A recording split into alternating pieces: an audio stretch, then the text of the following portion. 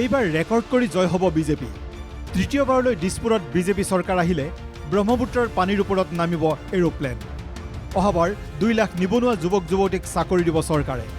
5 লাখ চৰকাৰী ভূমিত চৰকাৰে পুনৰ চলাব উচ্ছেদ। 10 লাখ যুৱক যুৱতীয়ে পাব মুখ্যমন্ত্ৰীৰ আত্মনিৰ্ভৰ অভিযানৰ ধন। খানাপাৰাত প্ৰধানমন্ত্ৰী মোদীৰ সন্মুখত বুট বিজয় সংকল্প সমাৰোহত দলীয় কাৰ্যকৰ্তা সম্বোধন কৰি এই দাবী কৰে মুখ্যমন্ত্ৰী হিমন্ত বিশ্ব শৰ্মাই। দলীয় কাৰ্যকৰ্তাসকলক উদ্দেশ্যে মুখ্যমন্ত্ৰীৰ মন্তব্য, এইবাৰ এনেই নিৰ্বাচন নিজিকে বিজেপিয়ে। নিৰ্বাচনত বিজেপিয়ে ভংগ কৰিব পূৰ্বৰ সকলো অভিলেখ। যে এইবাৰ আমি জিকিম আৰু এনে নিজিকো, এইবাৰ আমি ৰেকৰ্ড কৰি জিকিম, এইবাৰ আমি ৰেকৰ্ড কৰি জিকিম। তৃতীয়বাৰলৈ দিছপুৰত বিজেপি চৰকাৰ অহাৰ পিছত কি কৰিব নতুন চৰকাৰখনে সেয়াও দলীয় কাৰ্যকৰ্তাসকলৰ আগত সদৰি কৰিলে মুখ্যমন্ত্ৰী হিমন্ত বিশ্ব শৰ্মাই। মইতো বিশ্বাস কৰো অহাবাৰ যেতিয়া আমাৰ ৰাজ্যত বিজেপি আৰু এনডিএৰ চৰকাৰ আহিব, ব্ৰহ্মপুত্ৰৰ পানীৰ ওপৰতো এৰোপ্লেন নামিব, ব্ৰহ্মপুত্ৰৰ পানীৰ ওপৰতো এৰোপ্লেন নামিব। ভাষণ প্ৰসংগত মুখ্যমন্ত্ৰী হিমন্ত বিশ্ব শৰ্মাৰ লগতে কটাক্ষ, ব্ৰিটিছ পাছপৰ্ট লোৱাৰ শক্তি নাই অসমৰ ল'ৰা ছোৱালীৰ। অসমৰ ল'ৰা ছোৱালীৰ বাবে কাম কৰিব বিজেপি চৰকাৰে। আমাৰ ল'ৰা ছোৱালীয়ে ব্ৰিটিছৰ পাছপৰ্ট ল'ব পৰা আমাৰ ল'ৰা ছোৱালীৰ শক্তি নাই।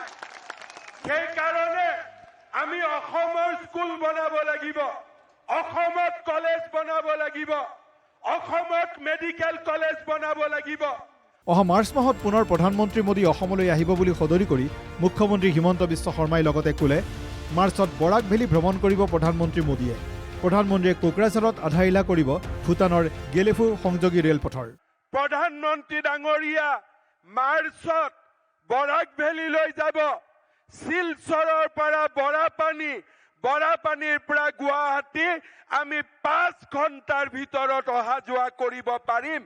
22,000 কোটি টকাৰ প্ৰকল্প প্ৰধানমন্ত্ৰী ডাঙৰীয়াই উদ্বোধন কৰিব। এয়া অসমৰ বাবে স্বৰ্ণিম দিন। প্ৰধানমন্ত্ৰী ডাঙৰীয়া কোকৰাঝাৰত যাব। গেলেফু ভূটানৰ লগত আমাৰ ৰেল লাইন হ'ব। অসমে এতিয়া কাৰো ওচৰত ক্ষীণত নকৰে বুলি হুংকাৰ দি অসমক ৰঙা চকু দেখুওৱাসকলক সকিয়নি মুখ্যমন্ত্ৰীৰ।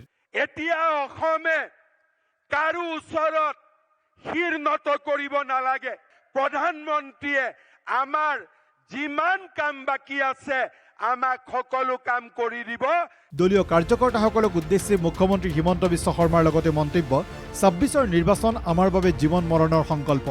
তীব্ৰ গতিত আগবঢ়া অসমক এতিয়া থমকি ৰ'বলৈ দিব নোৱাৰি। শ্ৰদ্ধাৰ বুথ সভাপতিসকল, আমাৰ কাৰ্যকৰ্তাসকল, এই নিৰ্বাচন 26ৰ নিৰ্বাচন আমাৰ বাবে জীৱন আৰু মৰণৰ সংকল্প। কাৰণ অসম এতিয়া তীব্ৰ গতিত আগবাঢ়ি গৈছে। আমি অসমক থমকি ৰ'ব দিব নোৱাৰো। তৃতীয়বাৰৰ বাবে পুনৰ বিজেপি চৰকাৰ আনিবলৈ প্ৰধানমন্ত্ৰী মোদীৰ সন্মুখতে দলীয় কাৰ্যকৰ্তাসকলক সংকল্প ল'বলৈ দিলে মুখ্যমন্ত্ৰী হিমন্ত বিশ্ব শৰ্মাই। আপোনালোকক মই আহ্বান জনাম, প্ৰধানমন্ত্ৰী নৰেন্দ্ৰ মোদী ডাঙৰীয়াৰ উপস্থিতিত আজি আমি সংকল্প ল'ম, এপ্ৰিলত আমাৰ নিৰ্বাচন হ'ব।